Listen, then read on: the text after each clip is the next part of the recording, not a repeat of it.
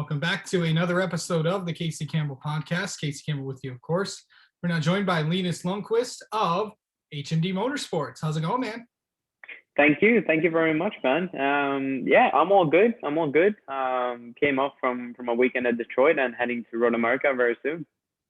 Yeah, of course. Let's talk about that. Of course, in the Indy Lights, of course, he drives in the Indy Lights series. Forgot to mention that. But you're coming off a weekend in Detroit where you took the points lead from your teammate. And then kind of going into this weekend at Road America, it's gonna be interesting because we've reached the halfway point of the season. Kind of go into that. First off, how was Detroit for you? Yeah, Detroit was good. I think as for everyone, it was a bit of an unknown because nobody had been there. I don't think Lights had been there since 2012, which was always interesting to see how that was going to turn out to be. But the track itself was so special. So I think everyone, it took a couple of laps for everyone to get comfortable with it. So I was very happy, actually. It was a solid weekend from our part. 2 second places. Really wanted to win in the second race, but just didn't really have the pace for it. So we'll go with second. So you did take the points lead. How about that? Yeah, it's the points lead, but it's by 1 point. We're at least not now. We're not halfway into the championship yet. So that's such a long way to go. But I think it just shows as well that, even after 8 races, it's only, 1 point between first and second and 4 points between 1 and 3rd in the championship. So, every point that you can get, you're going to go for it. So I think it shows just how close and competitive this championship is right now. So going into Road America, I know it's got a lot of tough places around that racetrack, of course. Road America is going to get pretty busy, of course. The IndyCar weekend, then 2 weeks later, NASCAR is going there, the NIMS is going there. So it's a very popular place, especially for the road to Indy. Kind of talk about Road America for a second, and what do you like about that place?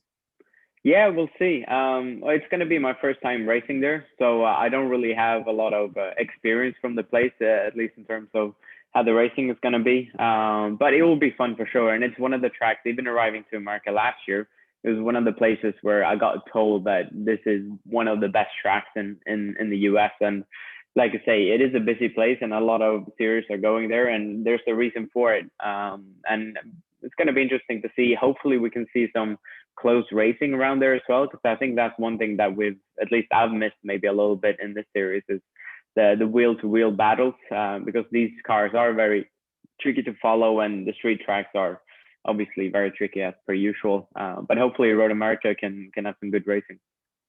Okay, so kind of talk about your background in racing. I know that you come from Sweden. What was it like racing in Europe? Kind of explain that, because for a lot of these kids going through the Road to Indy program, a lot of them have raced in Europe.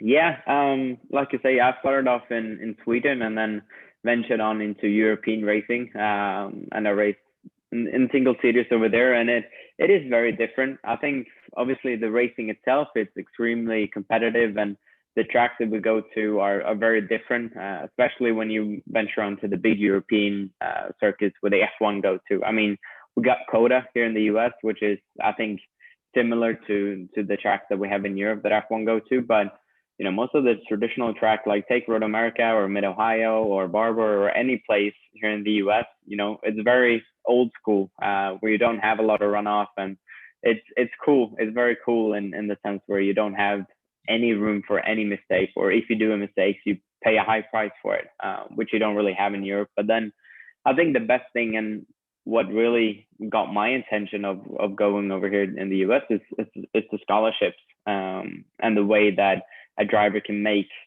a way forward for himself, even if he doesn't have a full budget. If you win a championship, then at least you have an incentive and motive to be able to take that next step.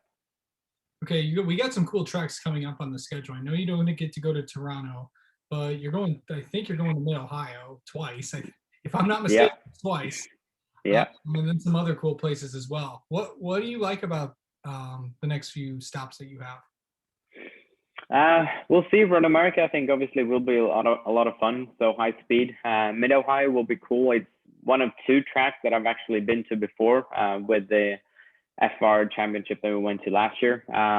So that feels good coming back to a place that I know. And then obviously the oval is going to be tricky because I've never done an oval, but that's another place that I'm looking forward to get that experience and see what we can do. And then finally coming in, with Toronto unfortunately getting canceled again this year, the championship for all the Road to Indy is moving to Mid Ohio in October. That's going to be an interesting place because you're going to have a weekend all to yourself. Yeah, that's going to be like you say, the one weekend where it's more or less only going to be us there. So I don't know. Obviously, it's been very, very cool to be able to be with the IndyCar for the whole of the year, or 9 out of 10 rounds. And it's the first time that I've been on a weekend where something big like IndyCar has been on at the same time, and it's super, super cool to see both the atmosphere with the fans and how passionate they are, but also what the IndyCars did to the tracks. You know, how they grip up, especially like a street race, like in Detroit. We were, I think, almost like a second and a half quicker in the last race than we were in qualifying, and that's just because the track gripped up the more the weekend went on. So it's cool to see that as well, how much the track's been changed just from different series putting some rubber in. Yeah, no more street courses for the rest of. Well, yeah, no, yeah, and I don't think there's any street courses left on the schedule. So No. You got St. Pete and very, very bumpy Detroit off the schedule there. Yeah. Yeah. Exactly. Right. Check them off the list. Yep, Linus. Thank you so much. Thank you so much for coming on, and good luck this weekend at Road America, bud.